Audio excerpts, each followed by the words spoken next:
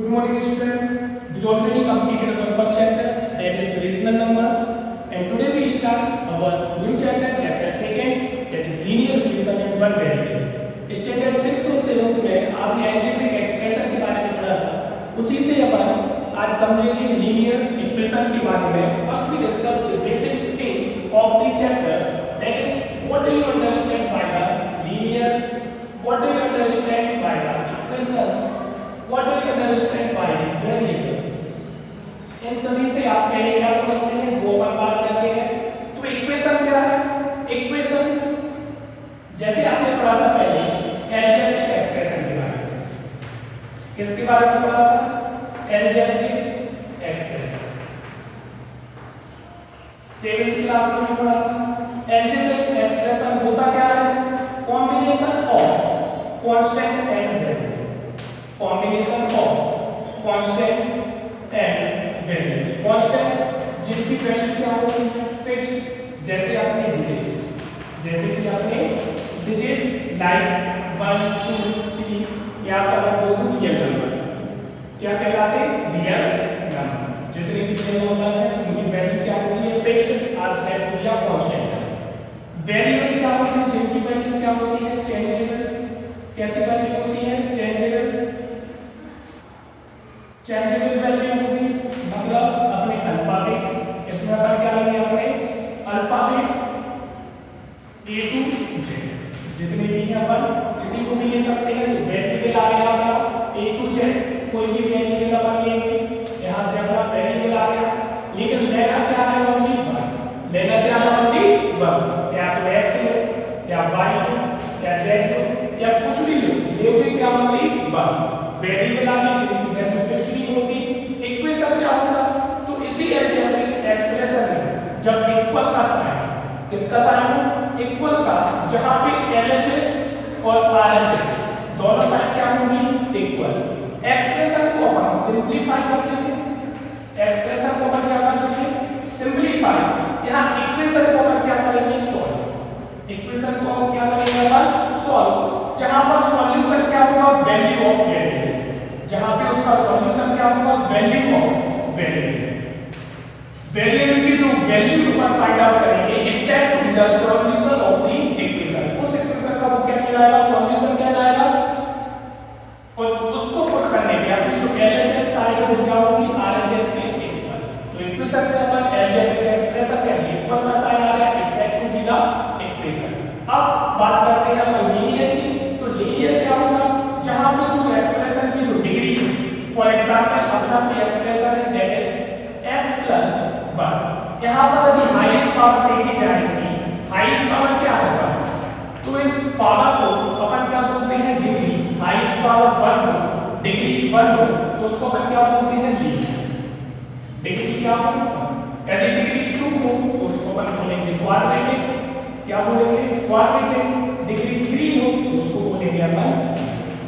तो I hope इतना आपको समझ में आया होगा. लीनियर इक्वेशन एक्सप्रेशन में इक्वल का साइन हो जिसकी डिग्री 1 हो, is set to be the linear equation. यदि अपन 1 वेरिएबल के साथ लीनियर इक्वेशन का जनरल फॉर्म देखें तो ax + b = 0. ax + b = 0, जहां पे x आपका वेरिएबल है, a और b रियल नंबर है. a और b real number. x we just talking about the general form of the linear equation in one variable. अभी अपन ने बात की थी जनरल फॉर्म की linear equation in one variable. जी आपका x क्या हो गया? यहाँ पे एक वेरिएबल हो गया, a और b यहाँ पे आपके कांस्टेंट टर्म हो गए जो कि क्या होंगे? रियल नंबर होंगे. अब यहाँ पर हम देखें two sides are there, LHS and RHS. Two sides are there, one is LHS and other one is RHS. So when any value is transferred from LHS side to RHS, if there is positive, so it will change into the negative, negative change into the positive. Multiply करें, यदि कोई value multiplication में है तो वो यहाँ पे division में होगी, कोई वैल्यू यहाँ डिवीजन में है so it will change into the multiplication when it's transfer from LHS to RHS side. Same thing is when we transfer from RHS to LHS side. For example, यदि हम example देखते हैं, यहाँ पे कोई वैल्यू है यहाँ आपके किसमें हो जाएगी माइनस में, x equal 2 minus 1 equal 1. So here x is equal 1 is said to be the solution of the equation. Equation का क्या होगा solution, यदि x की जगह पे आप उसकी वैल्यू रखो 1, so we get LHS equal RHS. What we get LHS equal RHS, that means x equal 1 is the solution of the given equation. यदि यहाँ पर नेगेटिव में होता 1 तो यहाँ आके किसमें होता पॉजिटिव में, यहाँ जाके किसमें होता पॉजिटिव में. सो वी कैन से 2 माइनस में यहाँ आके किसमें होगा प्लस 1 में. So x equal 3, x equal 3. यहाँ पे यदि मल्टीप्लाई में है 2 into x, यदि मल्टीप्लाई में है डायरेक्ट ऐसा लिखा हो तब भी किसमें माना जाएगा मल्टीप्लाई में. तो यहाँ पे आके किसमें हो जाएगा डिवाइड में, किसमें होगा डिवाइड में. और यदि यहाँ पे डिवाइड में है तो यहाँ आके किसमें होगा मल्टीप्लाई में, यहाँ आके किसमें होगा मल्टीप्लाई में. सेम चीज होती है यहाँ से x इक्वल दिया है 2 plus 2x. अब अपन इसको LHS साइड ट्रांसफर करें तो यहाँ आके किसमें होगा जी माइनस में. So we can say minus x equal 2 और we can say x equal minus 2. जी हो गया. सॉल्व करने में अपन इसी तरीके से ट्रांसफर करेंगे, उनके साइन को अपन ध्यान रखेंगे कि कहां पर पॉजिटिव था कहां जाने पर नेगेटिव होगा, मल्टीप्लाई वाला जबकि डिवाइड में होगा डिवाइड वाला मल्टीप्लाई में होगा. Now come on the exercise solve the following equation. अगर इक्वेशन दी गई है उनके लिए अपन क्या करना है सॉल्व करना. That means find out the value of variable. Variable की वैल्यू फाइंड आउट करनी है. यहां पे देखो x y इक्वल 7, LHS से RHS जाएगा, नेगेटिव में किसमें चेंज होगा पॉजिटिव में. So x equal to 9, x equal to 9. ये अपना क्या हो गया आंसर. दूसरा देखिए अपन सेकंड वन y प्लस 3 है, यहां जाकर किसमें होगा माइनस में. So y equal to 10 minus 3 7. इसको आप चेक भी कर सकते हैं. 7 रखोगे y की प्लेस में 7 plus 3 10, यहाँ पे 9 रखोगे 9 minus 2 7. थर्ड पे आते हैं 6 z plus 2. इसको ऐसे भी अपन कर सकते हैं 6 minus 2 equal z. तो कितना आया 4. z इक्वल क्या आया 4 और we can say z equal to 4. यहाँ पे z की जगह पे 4 रखोगे 4 plus 2 6 इक्वल 6. फोर्थ पे आते हैं. यहाँ पे अपना फ्रैक्शन में दिया है, रेशनल नंबर में दिया है 17/7 minus 3/7. No need of taking LCM because the denominator is same. 17 minus 3/7 we get 14/7. Divide कर दोगे तो we get x equal to. We get x equal to. x की जगह पे 2 रखोगे 7 2 जब 14 और 3 17/7. LCM लेके करोगे 17/7 आएगा. 6x plus 2 यहाँ मल्टीप्लाई में है तो डिवाइड में होगा.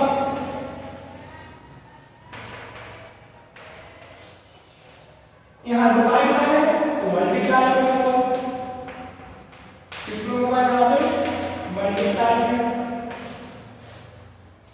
6 2 12 LHS इक्वल RHS. 50 रखोगे 5 से डिवाइड करोगे 10 आएगा. LHS equal RHS. नाउ हम अपनी क्वेश्चन नंबर 7 सेट में यहाँ पे पहले अपन किसमें कर दो डिवाइड में है, पहले मल्टीप्लाई करो 18 into 3. 18 into 3 कितना होगा 18 3 सा 54.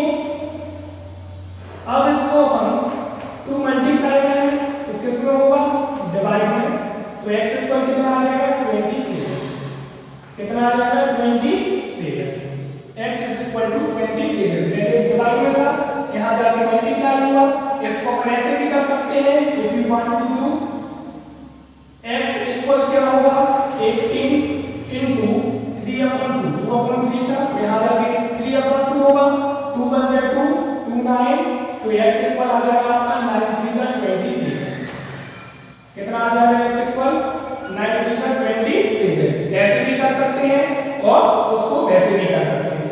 क्वेश्चन नंबर 8 यहाँ पे जी डिवाइड में है, इसमें होगा मल्टीप्लाई में 1.6